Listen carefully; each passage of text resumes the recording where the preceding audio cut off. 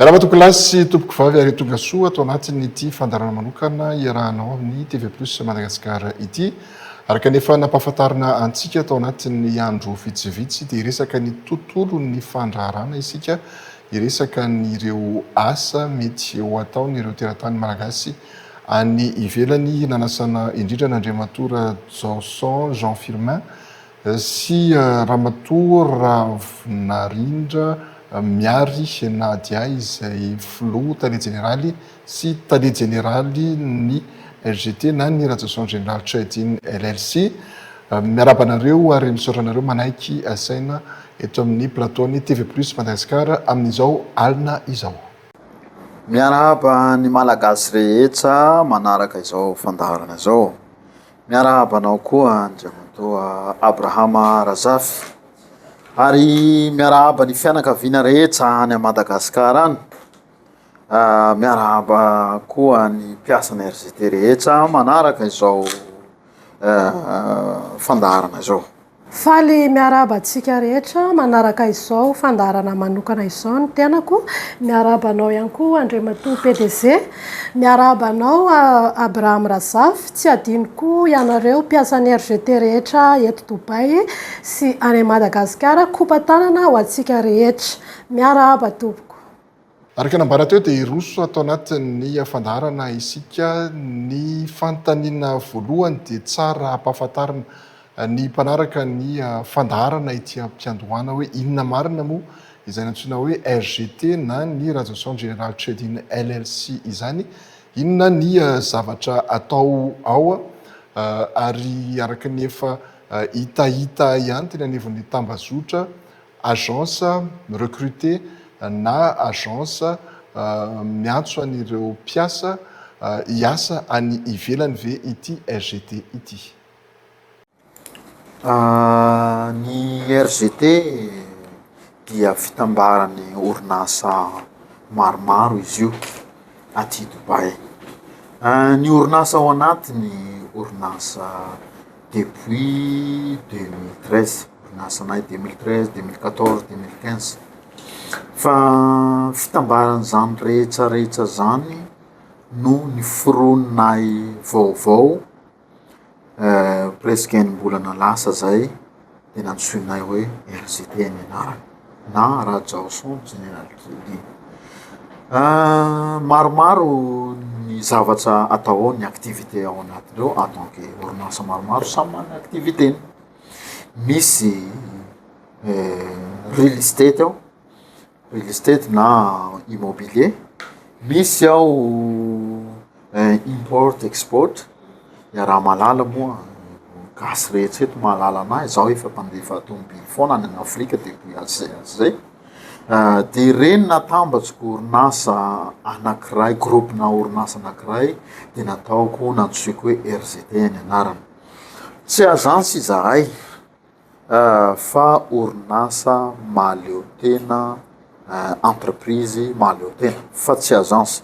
Ny atao hoe agence mako mirekrite olo avy any Madagasikara any izy dia omeny mpampiasa hafa fa izy juste mpanelanelana. Fa zahay tsy mpanelanelana fa ireo olona rekritenay ireo dia mijanona ato aminay fa tsy alefanay amin'ny mpampiasa hafa. Ia, fanampin'izay voalazany Andriamatoa PDG zay dia tiako tsindriana kely ihany koa hoe ny société Rajson na ny RGT dia tsy mijanona amin'ny fanomezana asa ho an'ireo tanora na vahoaka malagasy fa miditra amin'ny atao hoe asa sosialy, satria maro ireo mpiasa na olona vitsivitsy misedra olana aty amin'ny tanina rabo tokoa. Dia izay koa anisany mampiavaka ny société RGT amin'izay fanaovana asa sosialy izay. Amariniko, amafisiko eto ihany koa ny RGT tsy miditra amin'ny politika ary tsy misy ambadiky ny politika ary tsy mirona any amin'ny fironan'ny politika.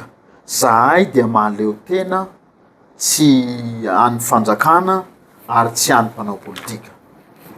ia miresaka an'izay fanjakana izay tokoa andriamatoa PDC dia tiako amafisana ihany koa ny maara-dalàna ny société RGT eto Dobay ary miara-miasa akaiky amin'ireo fanjakana Dobay mihitsy izahay.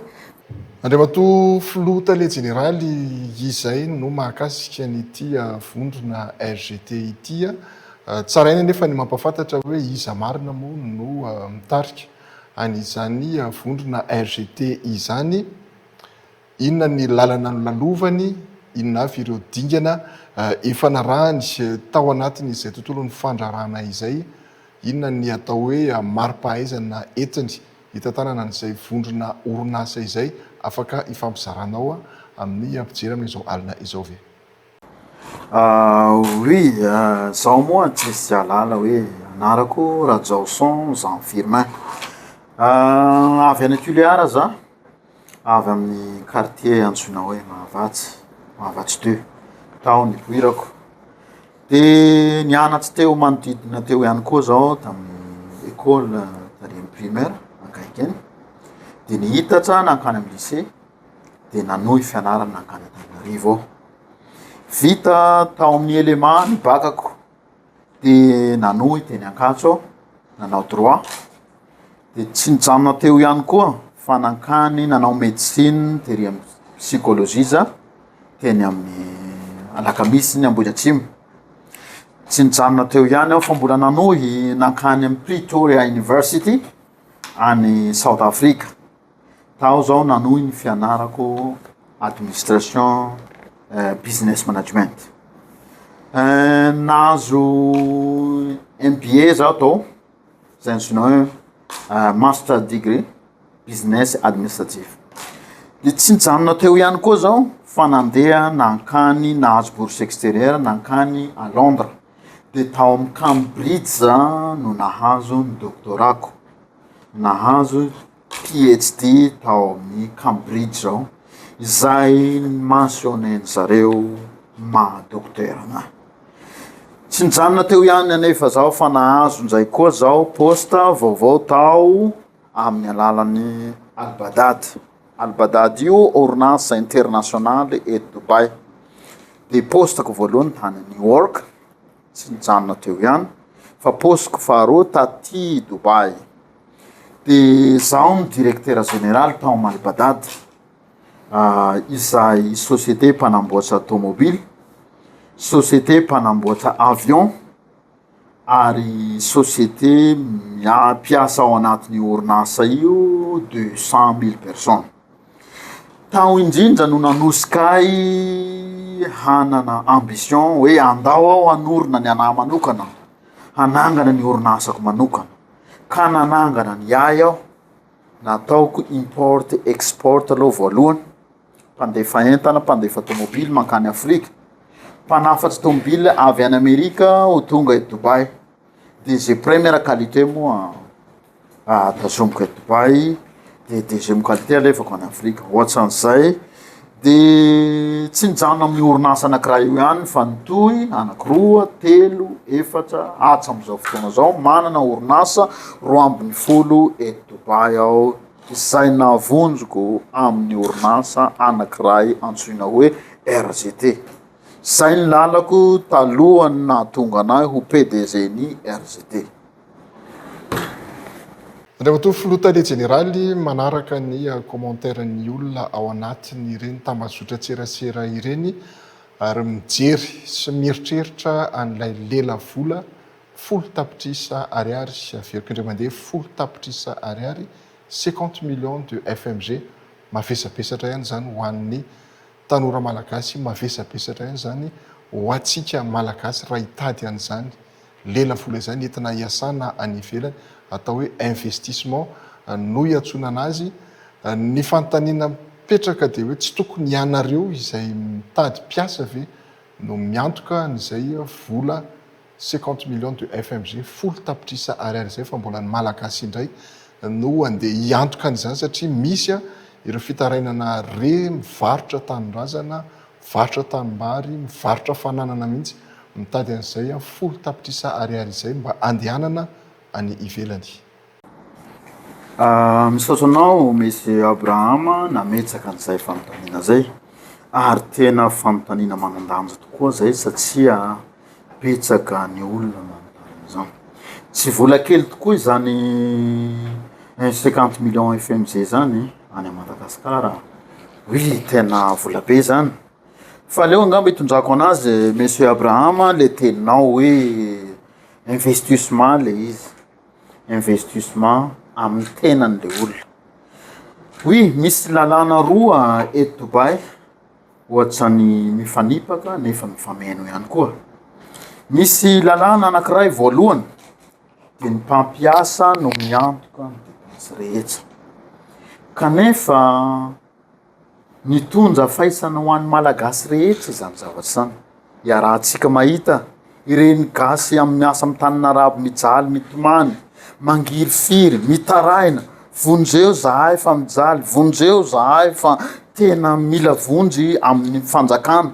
Reny moa hitatsika nandefasana avion mihitsy tany Koety, tany Oman, sy ny tariny, tany Saodia, vokatra an'izany hoe antoany mpampiasa ny taratasy rehetra satria lasa mivadika fanandevozana ilay izy, tsy araka ny tokony ho izy. Satria izy niantoka ny zavatra rehetra, bien sûr ho izy ny eritseriny, tsy maintsy ataoko ny sitrapoko satria zaho niantoka ny rehetra. En tant que zaho malagasy nefa tsy mety amiko zany. Tsy mety amiko hanandevo malagasy mitovy amiko. Nanao essai nefa za, nanandrana, naka malagasy 2.0 avy ana Madagasikara. Fa tena saika ho faty ny orinasako. Satria vao tonga aty zareo vao tsy ampy herinandro akory, efa manana eritseritra hody. Fa misy marary olo, misy fahoriana sy ny tariny. Ataoko ahoana moa hitazona zareo? Zaho malagasy mitovy am'zareo hijanona fotsiny am'izao. Avelako tazomiko reo? Non, tsy mety amiko zany. Kanefa zaho niantoka ny zavatra rehetra. Ny sasany moa nahita asa tsara de nandeha, tsy nipetraka tapotsony.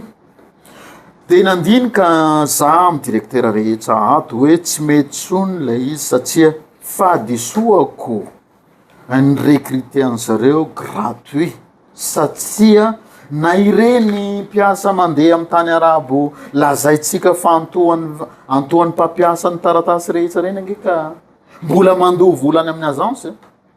Tsy gratuit fa mbola mandoha vola 40 millions, 45 millions nefa lazaina fa antoany mpampiasa ny momba anazy rehetra fa mbola nandoha vola izy. Tsy mety amiko zay zavatra zay. Tsy mety amiko zany fanandevozana zany. Tsy mety amiko hoe efa mandoha vola de mbola lazaina fa antoany mpampiasa ny momba anazy rehetra. De hoy aho hoe aleo ny malagasy rehetra tonga ato amiko. Izay avy any Madagasikara na izay avy eto dia mandoha vola hikarakarany vizany, hikarakarany taratasiny, hikarakarany fipetsahany eto. Fa raha araky ny lalàna eto zany satria misoratra ao amin'ny lalàna ny Dubai anankiray ny raisiko dia ao amin'ny Government of Dubai Human Resource Management Law numéro 8 tamin'ny 2018 milaza hoe ny mpampiasa dia manana droit hiteny amin'ny mpiasany izay recruteny hiantoka ny zavatra rehetra ho lany rehetra surtout amin'ny resaka taratasy. Izay ny raisiko tsy manaonao foana zao raha manao an'izany zavatra zany fa amin'ny lalàna ny Dubai, lalàna velo eto Dubai zany zavatra zany. Ka ho fanana ny mpiasa rehetra liberté totale, fahafana dia aleo zao ny safidy amin'io anankiray io, sady tsy perta ny orinasa, tsy perta koa nefa le olona ho tonga satria investissement amin'ny tenany io. Tsy mety aminy moa io asa anankiray io, mbola manome azy asa anankiray nzay zahay. Tsy mety amin'izay, mbola omena soa hafa nzay. Mbola tsy mety amin'izay moa zany. Te ody izy, afaka mody izy, tsy annulenay le vizany. Tsy vitany zany, mahita asany ambadika any, tsy maninona, libre soa mantsara satria izany tanjonay ato hananany zareo liberté totale. Ka hoy aho hoe anjarany tsirairay misafidy hoe hamonjy anry fanandevozana risa hamonjy anty liberté totale ty gasy aho no miteny eto gasy ray gasy reny tsapako zany Abrahama vola be zany kanefa raha iarahantsika malala eto ane tsy dia avy ao Antananarivo andeha Toliara na hoe avy any Antananarivo andeha any Diego na any amin'ny province fa dia resatsika eto andeha andafy tsy mora zany saiko aloha milaza fa mbola tsy nisy olona nandeha andafy avy ao Madagasikara ka tsy nandoa vola na ariary lainga zany fa raha matoa izy mandoa raha ohatsy ka tsy nandoa vola na ariary efa miomana fa fanandevozana zay mianjy any miomana mialoha raha vo gratuit fanandevozana mianjy anao any izany mahatonga amin'ny tanin'arabo mitaly mitomany ary tsinjiko manokana ny eto Dubai 80% ny mponina izay nandeha tany amin'ny agence 98% nandeha tamin'ny agence mijaly daholo mitomany mahita an'izany aho Abrahama be da be ny gasy tonga ato amin'ny braoko ato mitomany telefony azoko isanandro mitaraina nalefa ny agence nianina nalefa ny agence ohatran'izao na zaho moa tsy anonanarana eto fa tena mitaraina ny gasy noho ny fahitako an'izay zavatsy zay de nahatsapo efa nandoa vola nge re olona reo avy tany lazaina fa sarody lafo be ty anaty 50 millions lafo be zany na zaho mahatsapa an'izany lafo fa ireo olona milaza fanantohany mpampiasa reo nge Abrahama efa nandoa 40 millions tany nefa mbola nantohany mpampiasa koa ka rehefa iala ao de mbola mandoa 50 millions zay vo anilena iny visa iny ny ato aminay anefa rehefa tsy mety aminy ato tsy anilenay le visa libre soamantsara izy afaka mandeha am'izay lalany tiana le izy afaka miasa amin'ny toerakafa mbola manampy azy koa ary zahay mbola manampy azy ka hoy zao miteny aminao monsieur Abrahama hoe ara-dalàna ny zavatra ataoko eto ary tsy anaonao foana zao satria miara-miasa amin'ny tandalàna teto firenena tandalàna ity firenena Dubai ity tsy azo anovanovana foana fa ninninna ataoko amin'ity orinasa ty dia manaraka ny lalàna velona eto Dubai aho lalàna ara-dalàna izao zavatra ataoko zao saotra Abrahama ia miresaka n'izay lalàna izay ihany ianao andriamatoa PDG de tiako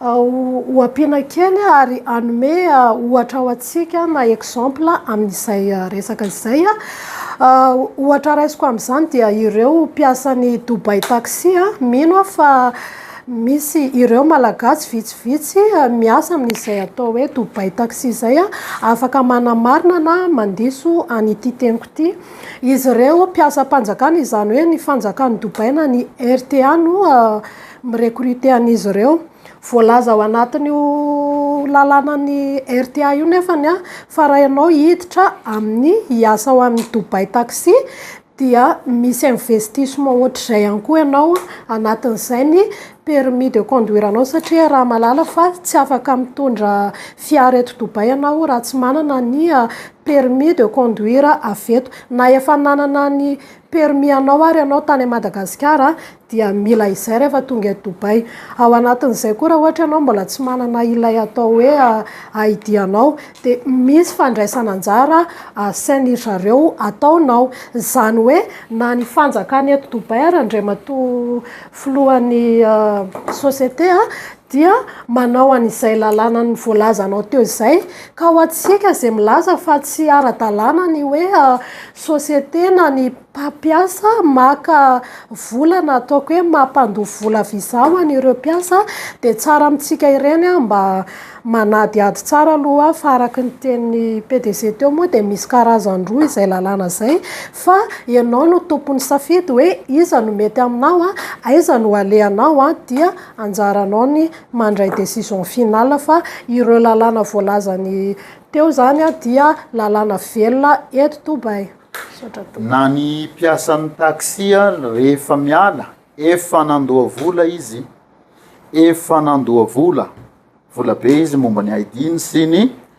permis nefa rehefa iala izy de mbola mandoa ihany koa raha tsy vita hatram'ny farany ny contrat iny mbola mandoa vola 12 000 dirham à peu près ohatsina zany 75 millions any a Madagascar nefa annulé le visa ianao départ zéro nzay ianao anefa efa nandoa vola de ilaza hoe tsika voasoloky zareo de iza ny soloky azy fanjakana ny Dubai ve no nisy loko azy de pisy loky zany ve hoy sika ny fanjakana ny Dubai non lalàna velona no ampiasaina ka tsy za ihany fanafanjakana ny Dubai na mpampiasa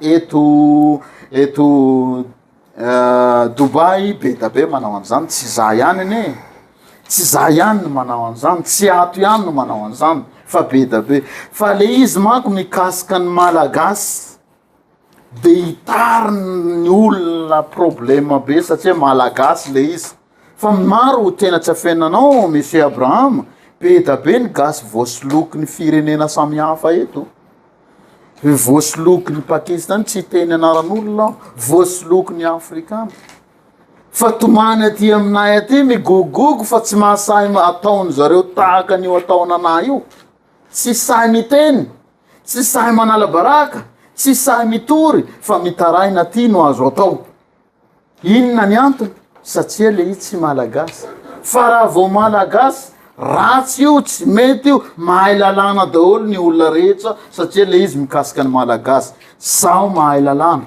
mianatsy lalàna teto sao Abraham ara-dalàna io zavatra ataoko io saotra tompoko raha matotare generaly nareo mitady piasa atia Madagasikara kanefany raha ny fahalalana azy dia maro ihany koa ireo tsy anasa any Dubai inona ny antony manokana hitadiavanareo piasa avy atia Madagasikara fa tsy olona efa any an-toerana no tadiavinareo miasa ao anatin'ity vondrona orinasa ity satria mampametra-panontaniana ihany zany rehetra izany olona avy atia Madagasikara no asaina mandoa an'ilay folo tapitrisa ariary nefa any an-toerana misy an'ireo tsy anasa marobe izay afaka recrutenareo amin'ny asa ao anatin'izay vondron'orinasa nareo izay anisan'ny fanontaniana tena maro mpametraka izay fanontaniana izay Abraham na dia aty aminay araka tena ampifaliana tokoa no amaliko azy androany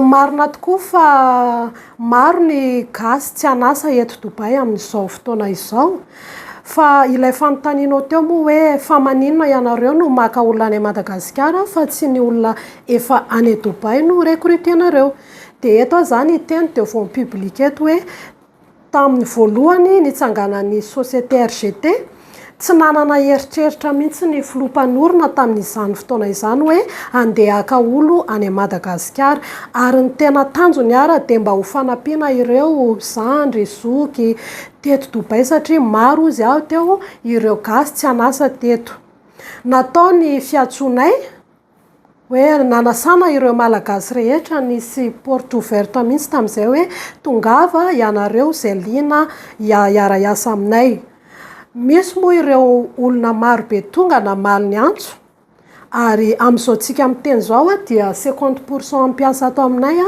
dia olona efa teto Dubai daholo ka eto zany de tiako mba ho apetraka Abraham amin'ny ry zareo ireo ilay fanontaniana hoe inona ny antony tsy hanatoana ny zareo rehefa ny antso izahay hoe ho an'ny malagasy rehetra ity tolotrasa ity ka amiko manokana tsy marina velively ny filazana fa tsy mandray olona eto Dubai izahay satria araka ny teniko teo hoe ny atsasaky ny mpiasa atao aminay amin'izao dia olona efa avy eto Dubai avokoa nandeha teny ho fotoana io moa samy amin'ny politika fitondran'ny orinasany ary nananao ity recrutement ity zahay na tsy nanao mbola maro ireo malagasy mandeha isan'andro tonga aty amin'ny tanin'Arabo anisan'izany ny Dubai mandeha amin'ny alalan'ireny visite visa ireny ka teo ny natonga anay nitsiro hoe andao ary tsika mba hirecruter ihany koa an'ireo olo any Madagasikara ary araka ny teniko teo hoe tsy atery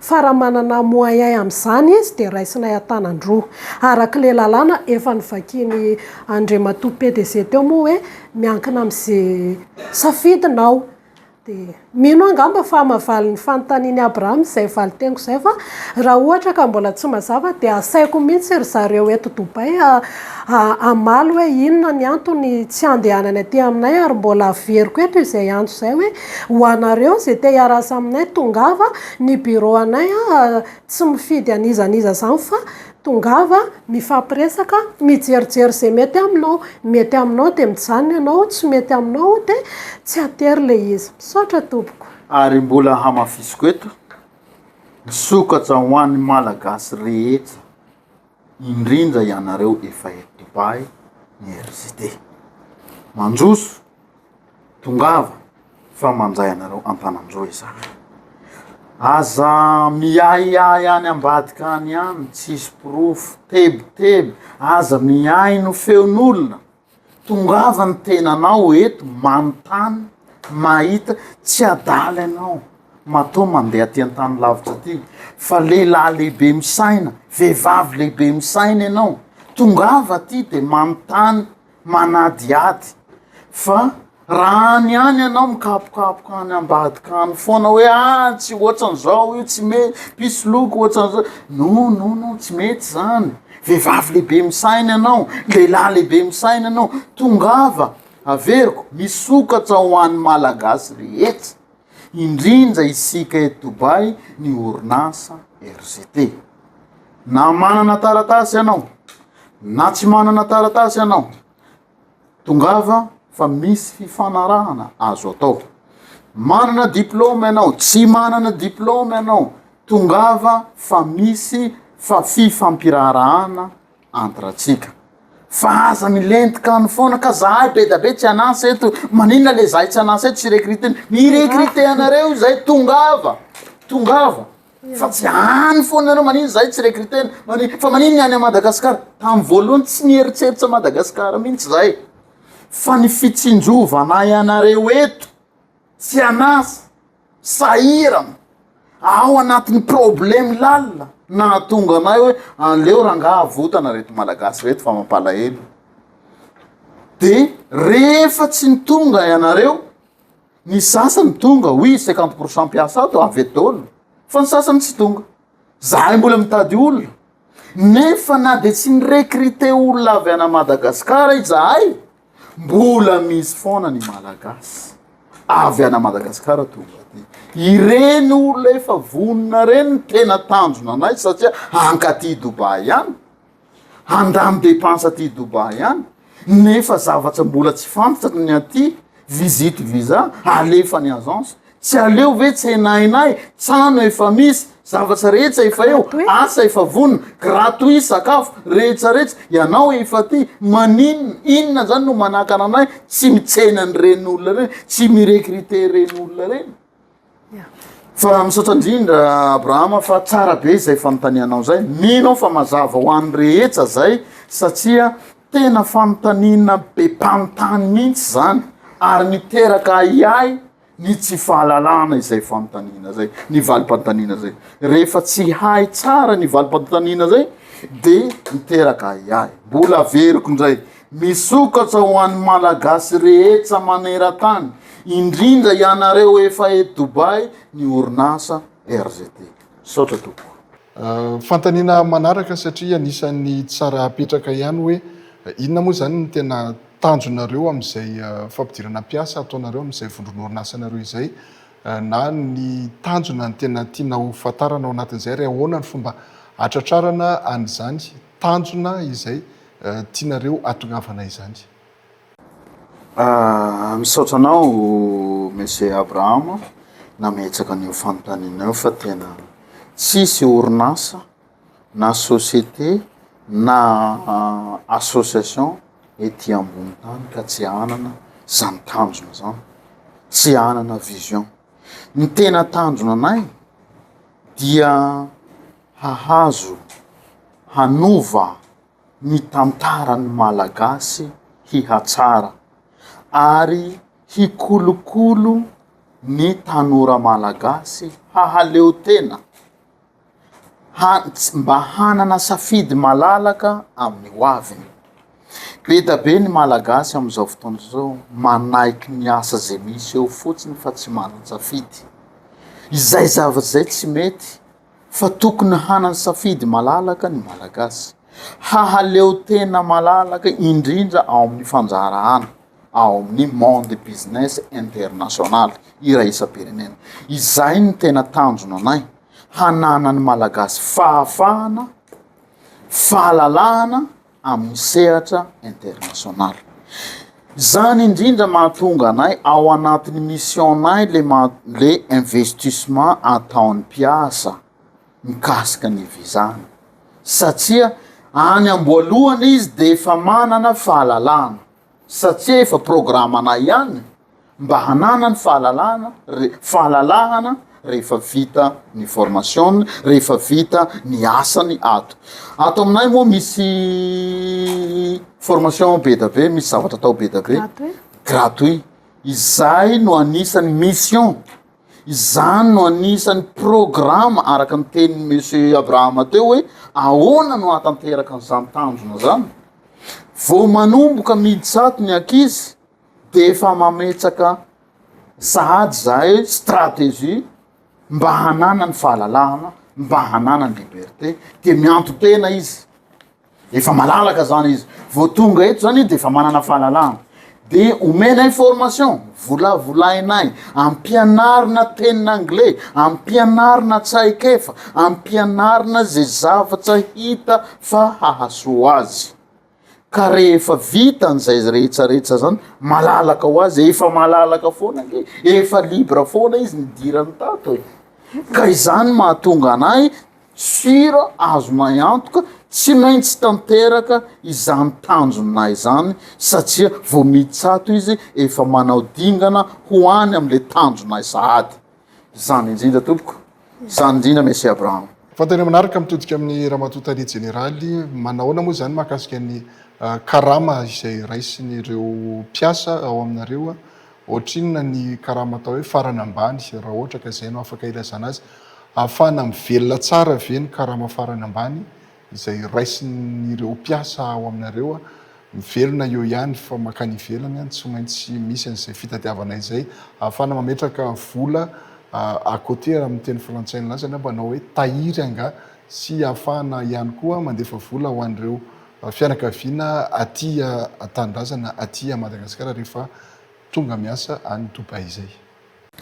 Mialo ny amaliko izay fanontanianao zay Abraham, dia mamela kely ianao mba hitanisa ireo charge fixe na ny tombotsoan'ireo ankizy izay omeny société atao amin'ny orinasa.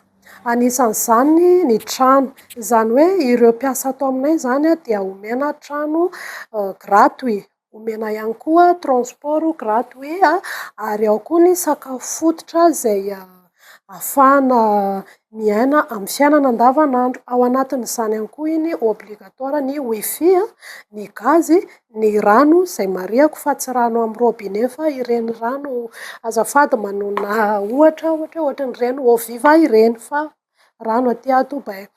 Tiako tsindriana kely ireo mialoha izay fanontaniana izay satria vitsy tokoa ny orinasa manome 100% ireo zavatra notanisaiko anao ireo eto Dubai, fa izay moa ny mampiavaka ny ato amin'ny RGT dia ny fitsinjovana ary tombo manokana ho an'ireo ankizy zay satria ireo zavatra rehetrarehetra ireo zany dia gratuit akoatra ny karaman'ireo ankizy.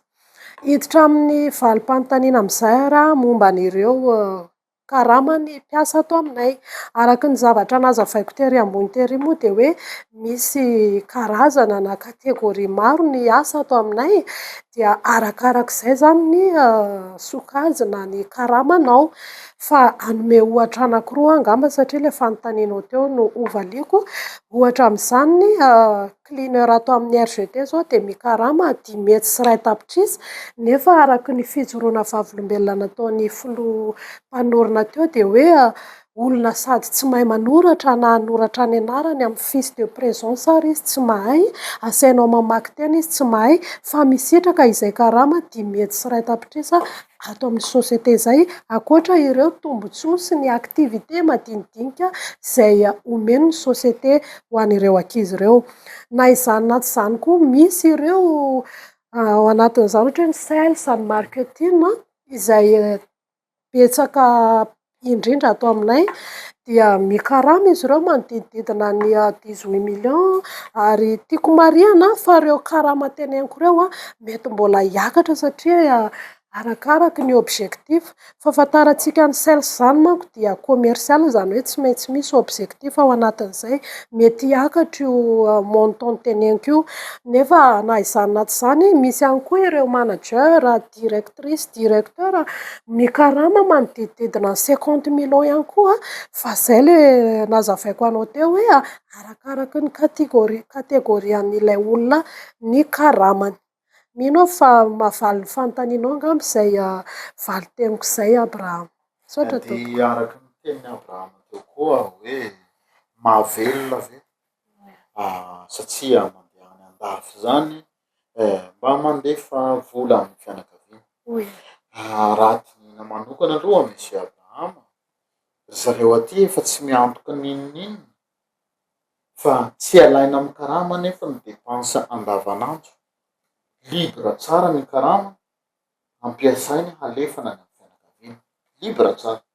Ka hoy aho hoe mahavelona ary afaka mandefa vola any amin'ny fianakaviana mihitsy izy. Ia, anampiko kely an'izay dia ianao manontany hoe mahavelona ny fianakaviana satria maro tokoa ny ankizy nindrana vola na nangataka vola tany Madagasikara fa ararotiko kely hoe ny tombotsoa ato amin'ny RGT koa zany dia ireo ankizy ireo rehefa milamina miasa tsara dia afaka manafatra ny fianakavian'izy ireo hiara hisitraka ny asa atao aminay.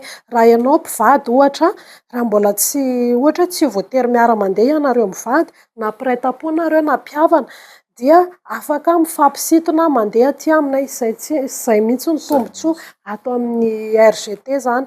Koa atsika tsirairay avy zany ny safidy fa maro ny zavatra omenay anao.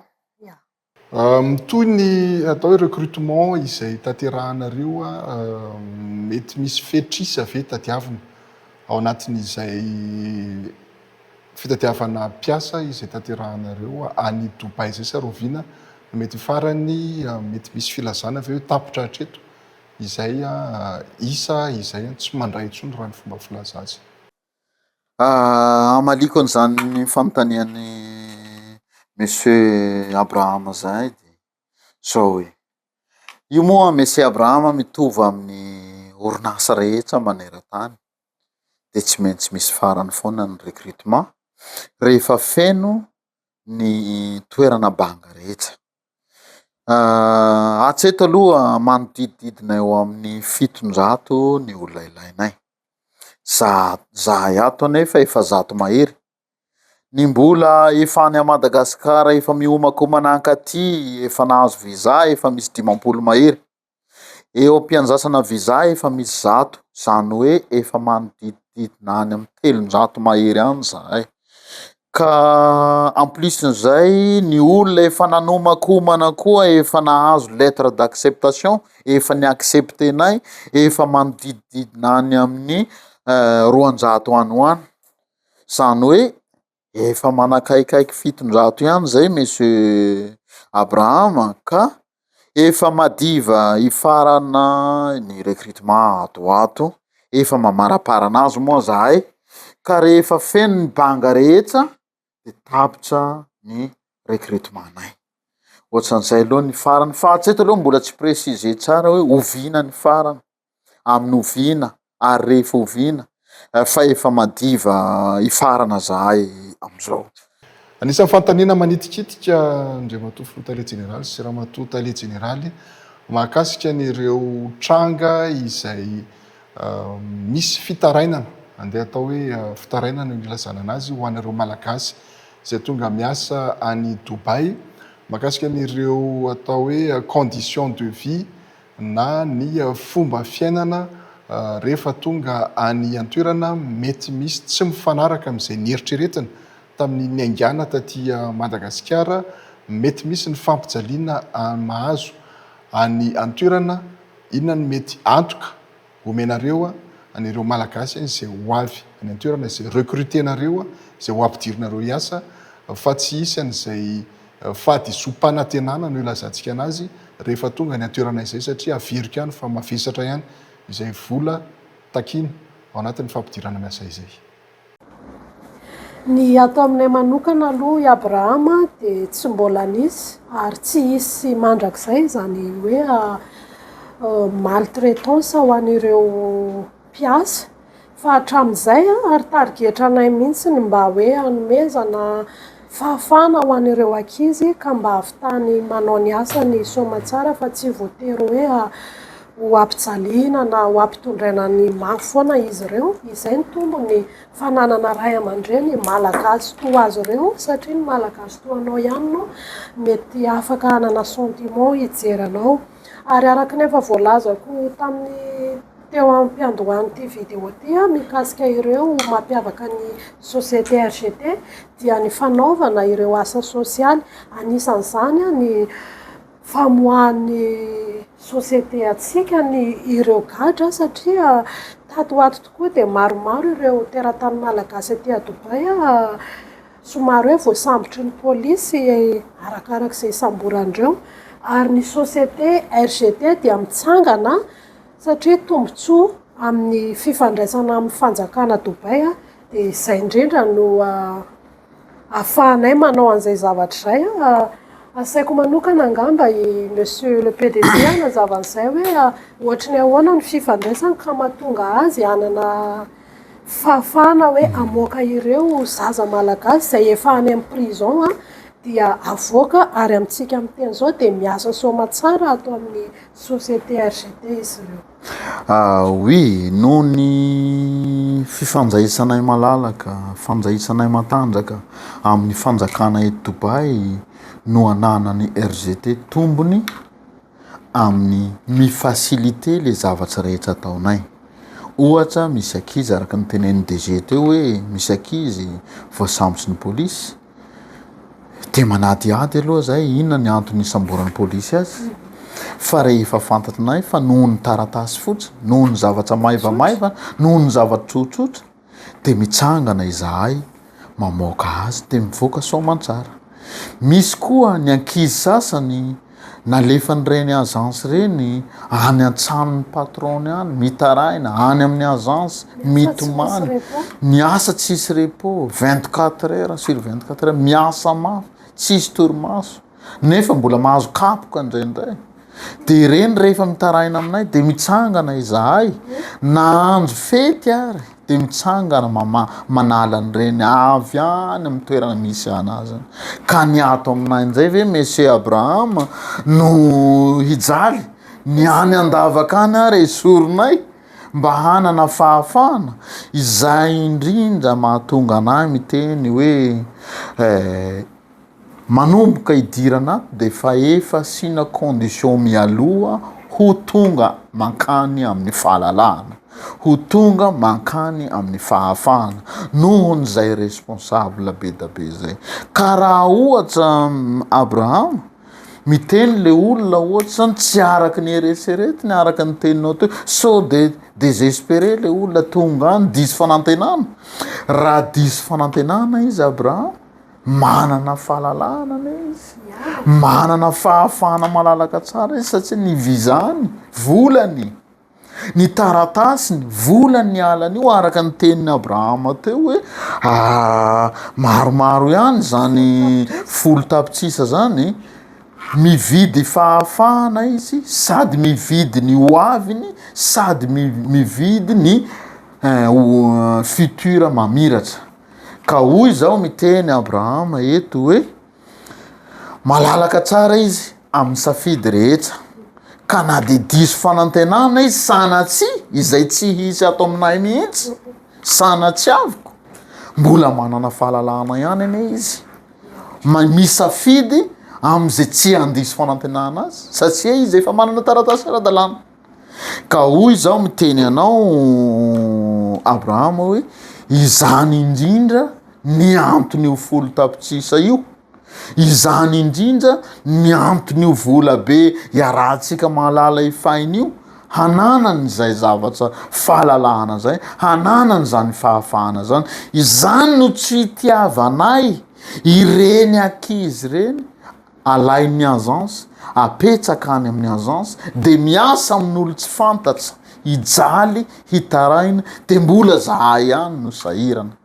De nefa efa nandoa vola izy avy any araka ny tantaraiko tery ambony, kanefa mbola mandalo an'izany problème zany. Ka ato aminay monsieur Abraham tsy hisy mihitsy zany fahadisoam-panantenana zany, tsy hisy mihitsy.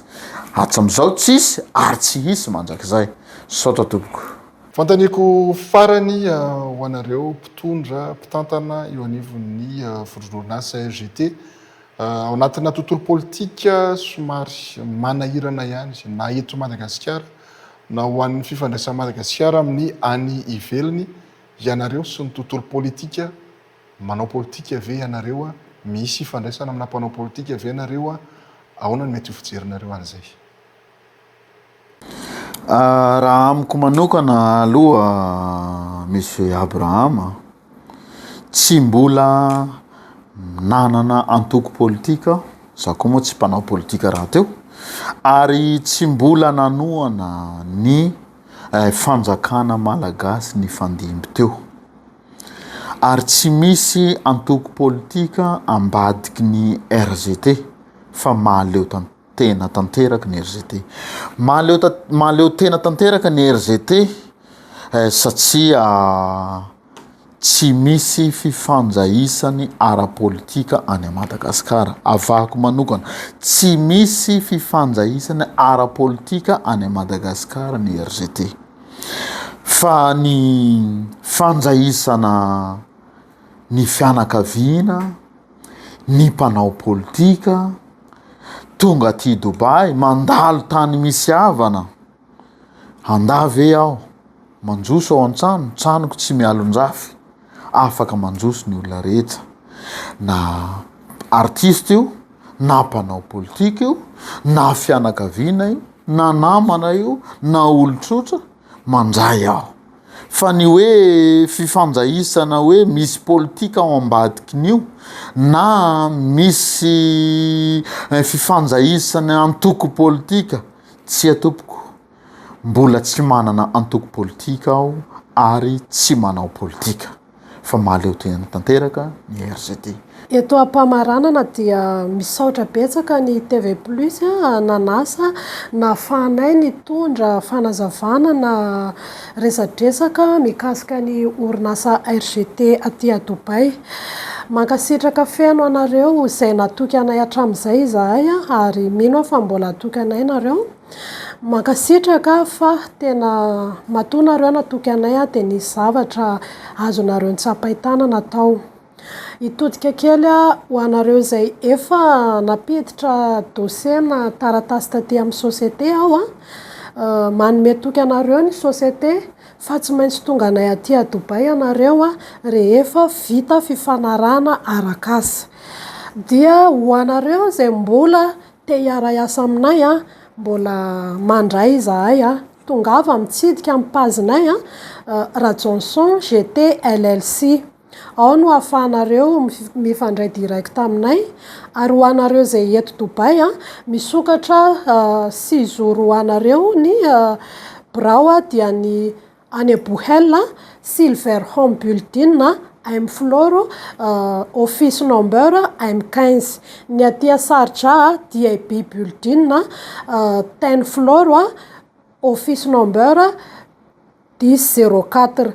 Tongava mijery, tongava manady ato, tongava na dia juste mba hitsidika fotsiny ohatriny ahoana zany société ana malagasy zany, satria fierté atsika ty tompoko, na ny saina na ny zavatra hovoizina ato dia kolotsaina malagasy, tsy manavakavaka, tsy mialonjafo ny société fa tongava fa atsika io ny any hafa raha hotopoitsika ka ny atsika indray ve no tsy hoasandratsitsika dia manasa atsika rehetra ary mankasitraka atsika rehetra ny haino hatramin'ny farany dia mandra-pitafatafa indray tompoko feloma. Amaranako azy eto monsieur Abraham dia teny kely tsotra ho an'olona rehetra. Ry malagasy mpiray tanindrazana amiko, tahio ny antena fa ny an'olo tsy omeny. Mba mirearea fa misy malagasy mahavita zavatra ohatran'izao aty an-tany lavitra. Dia mahafaly atsika ve? Irearea ve isika amin'ny zavatra ratsy henontsika isan'andro amin'ny tanina arabo? Faty olona, fijaliana, fangirifirina, fanandevozana. Aoka tsika irearea aty an-tany lavitra aty misy malagasy mahavita an'izao, manampy ny malagasy sasa. Averiko inzay le teniko teo hoe tahio ny antena fa ny an'olo tsy omeny. Maro ane firenena samihafa manao an'izany eto. Izany no mahatonga andreo dominant amin'ity tanàna aty eto. Ny Indien manao an'izany, ny Pakistanais manao an'izany, ny Philippines manao an'izany, ny firenena hafa Bangladesh manao an'izany. Raha manao an'izany ve tsika malagasy dia ohatran'ny loza, problème, finganina, aratsiana, atao daholo zavatra ratsy rehetrarehetra io. Fa hoy aho hoe mirearea tsika ary mimaromaroa ny malagasy tahaka an'izao taonay izao. Saotra betsaka ny TV Plus nanasa anay, saotra antsika rehetra malagasy tsy vaky volo, ny aino hatramin'ny farany. Saotra betsaka tompoko. Eny ary izay ihany koa no amaranana nyity fandarana manokana ity saorana ary zareo avy any Tobay, mitondra izay fampahalalana izay, mitondra izay koa fanazavana mahakasika izay recrutement hoentin zareo any Tobay ao nivon'ny vondronan'asa RGT izay ny tena kosa mametraka ny veloma ho amin'ny manaraka indray. Veloma tompoko.